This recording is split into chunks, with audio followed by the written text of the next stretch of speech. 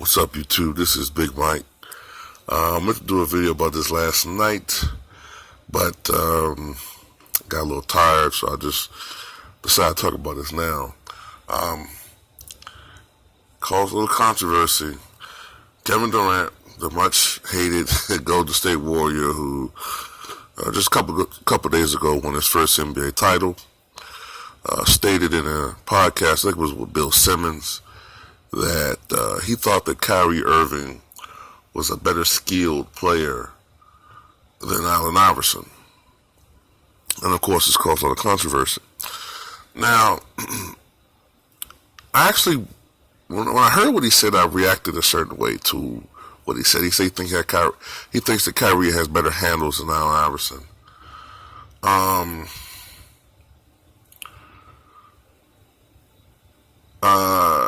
And he said he thought it was better skilled, and this caused a lot of anger toward, from a lot of people, I guess, a lot of people who love the AI. And I actually read what he said, and this is what I take from it. I've watched Kyrie Irving play, and as far as his handles are concerned, his one-on-one ability, when he's healthy and when he's on, yeah, he's on another level. At times, he's damn near unguardable. I've seen him look like Isaiah Thomas on steroids at times. Just sensational. I think he has more definitive one-on-one moves than Allen Iverson had. I still think that Allen Iverson had the best, him and Tim Hardaway had the best crossovers I've ever saw. But he does, I think, in my opinion, have a bit more moves than AI. I also think that Kyrie is a better shooter than Allen Iverson. Although AI could get hot from downtown from time to time, I think AI was something like a 31% career three-point shooter, while I think Kyrie is about 38, 39%, which is a big difference career percentage-wise. And I think that Kyrie is a better shooter.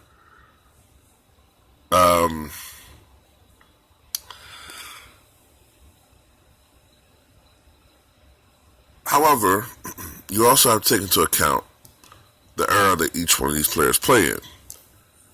Of course, Kyrie Irving is playing in an era where the defensive rules, and young people hate when you say this, but it's true and they know it. He plays in an era where the defensive rules greatly benefit the offensive player. Allen Iverson played the majority of his career and pretty much all of his prime during an era where defensive rules were much more beneficial to the defensive player. When you can put your hands on guys, you can steer guys into the position that you want them to be in. That's why when you look at the 1990s, a lot of young people have a tendency to look at scoring averages. And they look at, oh, well, Jordan didn't play against anybody. Look, this guy only averaged 18. This guy only averaged 21. Well, you got to understand, defensive rules were different back then. Okay, Jordan was averaging 32, 33. And then, maybe Drexler was averaging 26, 27, 28. And then the other guys were averaging maybe 20 because the defensive rules were different. And also, the offensive focus was different back then. There was more of a focus toward big men. So you're spreading the basketball and possessions to centers and power forwards, and there's less possessions for shooting guards at that time. Michael Jordan was just a rarity, and to an extent, Drexler. That's why I say in today's basketball, you would have all these guys in the 90s, they'd be averaging 25, close to 30, and you probably have Drexler close to, averaging about 30, 31, 32, and then you have Michael averaging 40, at least.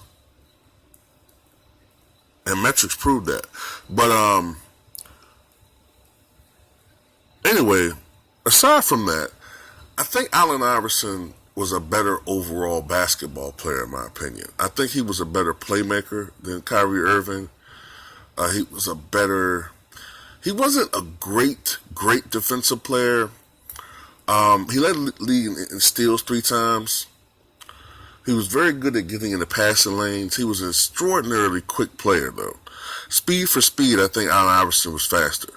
And Kyrie's fast, but Allen Iverson was people forget quickly, man. This guy's speed was extraordinary.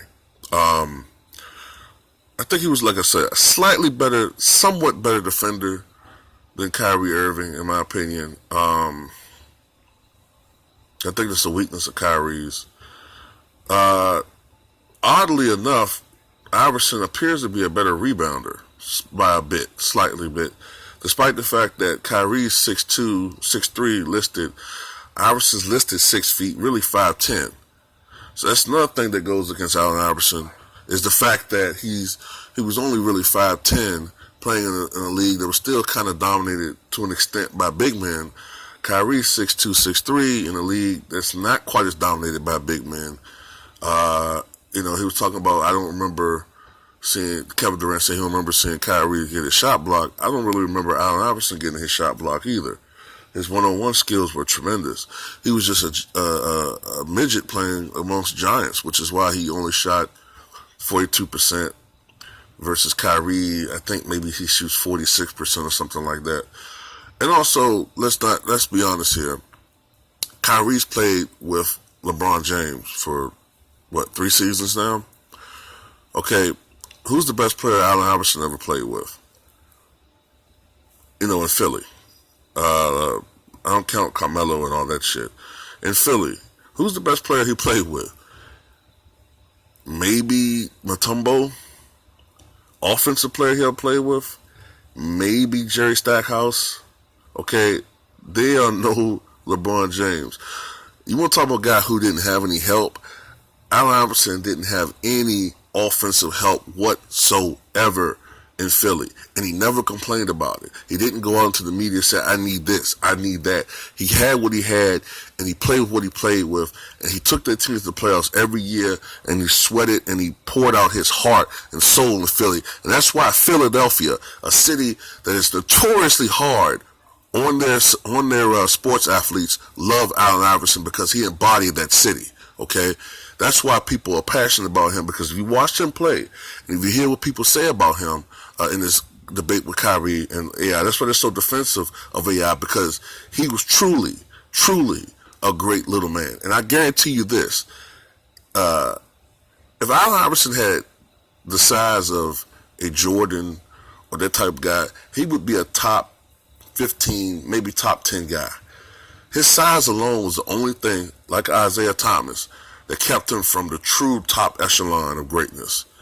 But going to that point I made, he played with nobody offensively. He still took that team to the NBA Finals in 2001. They still got a game against that Laker team.